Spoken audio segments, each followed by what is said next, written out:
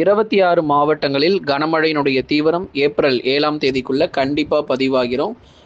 குறிப்பா இன்று, நாளை மற்றும் நாளை மறுநாள் இந்த 3 நாட்களும் தமிழ்நாடு முழுவதும் பெரும்பாலான மாவட்டத்தில் தொடர்ந்து மழை பொழிவுகள் எதிர்பார்க்கலாம்.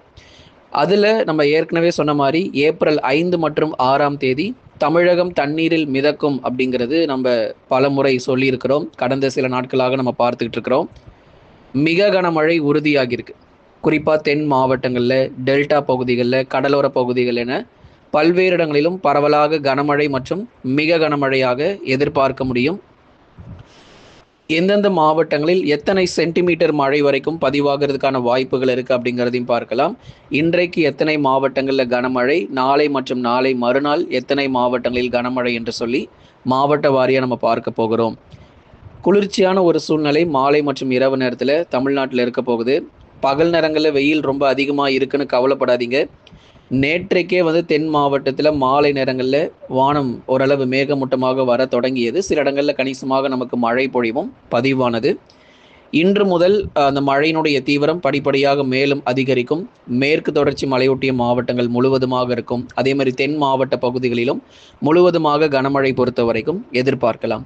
நீங்கள் ஒன்று பண்ணுங்கள், அந்த லைக் பட்டனை கொஞ்சம் மறக்காமல் கிளிக் பண்ணுங்கள். பக்கத்தில் இருக்கக்கூடிய சப்ஸ்கிரைப் பட்டனும் சேர்த்து கிளிக் பண்ணுங்கள். நண்பர்கள், உறவினர்கள் தெரியப்படுத்த ஷேர் பண்ணுங்கள், அவங்களும் பார்த்து பயன்பெறட்டும். சுமார் 0.9 கிலோமீட்டர் உயரத்தில் மரத்வாடா முதல் தென் தமிழகம் வரை உள் கர்நாடகா வழியாக ஒரு காற்றழுத்த தாழ்வு பகுதி பொறுத்த வரைக்கும் நிலவி கொண்டிருக்கு. இதன் காரணமாகவே தமிழ்நாட்டில் கணிசமாக நமக்கு மழை பொழிவுகள் இருக்கும் அப்படிங்கிறதையும் நம்ம பார்க்க போகிறோம். ஏன்னா எதனால் இந்த மழையினுடைய தீவிரம் தமிழகத்தில் இருக்கும் அப்படின்னு சொல்லி ஒரு சிலர் கேள்விகள் கேட்டு வரீங்க. அதற்கான பதிலை தான் நம்ம தொடர்ந்து பார்த்துக்கிட்டு இருக்கிறோம்.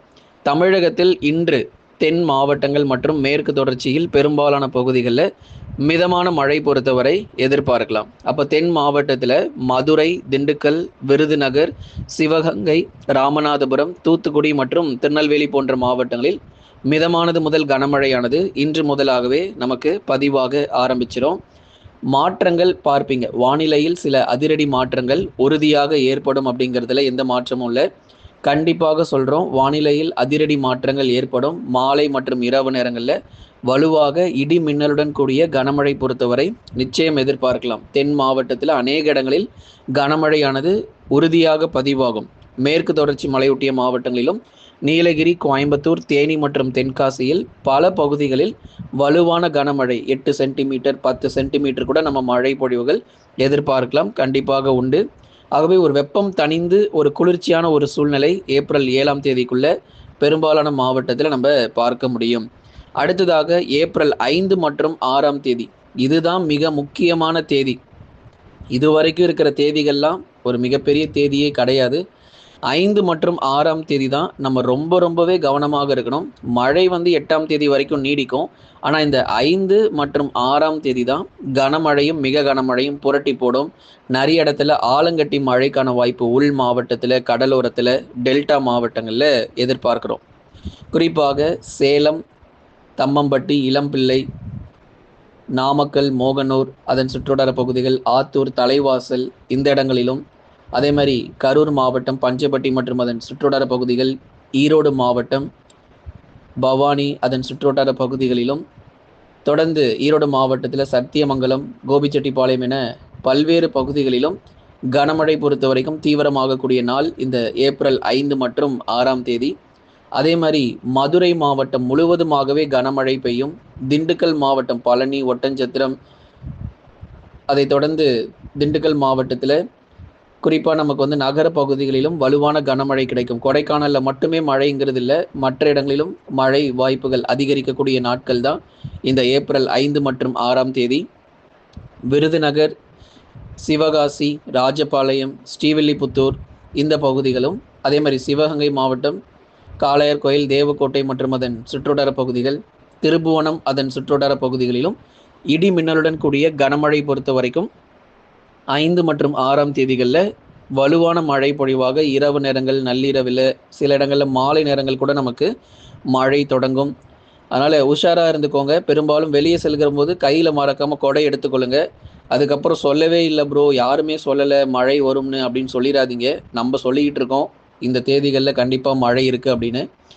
தென் மாவட்டத்தில் ராமநாதபுரம், ராமேஸ்வரம், மண்டபம், கீழக்கரை, முதுகளத்தூர் இங்கேயும் நமக்கு வலுவான மழை பொழிவுகள் இந்த 2 தேதிகளில் தான் எதிர்பார்க்கிறோம். திருநெல்வேலி, நாலுமுக்கு, காக்காட்சி, அம்பாசமுத்திரம், ஆலங்குளம், சேரன் மகாதேவி, வள்ளியூர், தூத்துக்குடி மாவட்டம், சாத்தான்குளம், ஸ்ரீவைகுண்டம், நாசிரேத்து, குரும்பூர், திருச்செந்தூர், கோவில்பட்டி என பல்வேறு பகுதிகளிலும் வலுவான கனமழை பொறுத்த வரைக்கும் இந்த 2 தேதிகளில் பதிவாகும். கன்னியாகுமரி, மார்த்தாண்டம், எரணியல், புத்தன் அணை, பேச்சிப்பாறை, சிவலோகம், கன்னிமார் மற்றும் அதன் சுற்றுவட்டார பகுதிகளிலும் இடி மின்னலுடன் கனமழை இருக்கும். சில இடங்களில் ஆலங்கட்டி மழையும் எதிர்பார்க்கலாம்.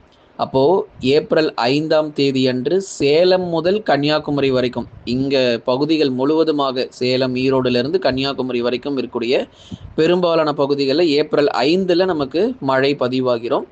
ஏப்ரல் 5ஆம் தேதி நள்ளிரவு நேரங்கள் மற்றும் ஏப்ரல் 6 அதிகாலை நேரங்களில் கடலோரத்தில் இந்த கடலூர், விழுப்புரம், புதுச்சேரி மற்றும் காரைக்கால், கள்ளக்குறிச்சி இந்த பகுதிகள் எல்லாம் குறிப்பாக கடலூர் மாவட்டத்தில் விருத்தாச்சலம், நெய்வேலி, பண்ருட்டி, சிதம்பரம், சேத்தியத்தோப்பு, அதே போல் கடலூர் மாவட்டத்தினுடைய மேற்கு பகுதி, பெண்ணாடம், ஸ்ரீமுஷ்ணம் போன்ற இடங்கள் எல்லாம் ஏப்ரல் 5 நள்ளிரவு மற்றும் ஏப்ரல் 6ஆம் தேதிகளில் கனமழை கிடைக்கும். கள்ளக்குறிச்சி, தியாகதுர்கம், சின்ன சேலம் இது போன்ற பகுதிகளும், அதே மாதிரி டெல்டா மாவட்டங்கள் தஞ்சை, நாகை, திருவாரூர், அரியலூர், பெரம்பலூர், திருச்சி, புதுக்கோட்டை எல்லாம் ஏப்ரல் 6ஆம் தேதி அன்று உங்களுக்கு வலுவான மழை இருக்கும். புதுக்கோட்டை மற்றும் திருச்சியில் வலுவான மழை உண்டு.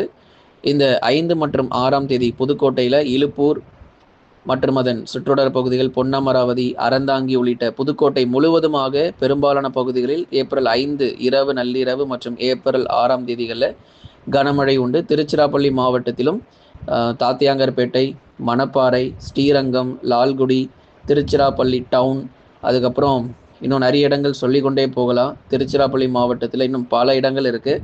எல்லா பகுதிகளிலும் வலுவான கனமழை 2 தேதிகளில் கண்டிப்பாக பதிவாகும். தஞ்சாவூர் முழுவதுமாக, அந்த மாவட்டம் முழுவதுமாகவே கனமழை கண்டிப்பாக உண்டு.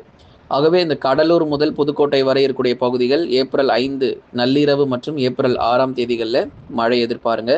சென்னை, திருவள்ளூர், காஞ்சிபுரம், செங்கல்பட்டு இந்த 4 மாவட்டங்களிலும் ஓரளவு மிதமான மழை மட்டும் பகுதியாக இருக்கும்.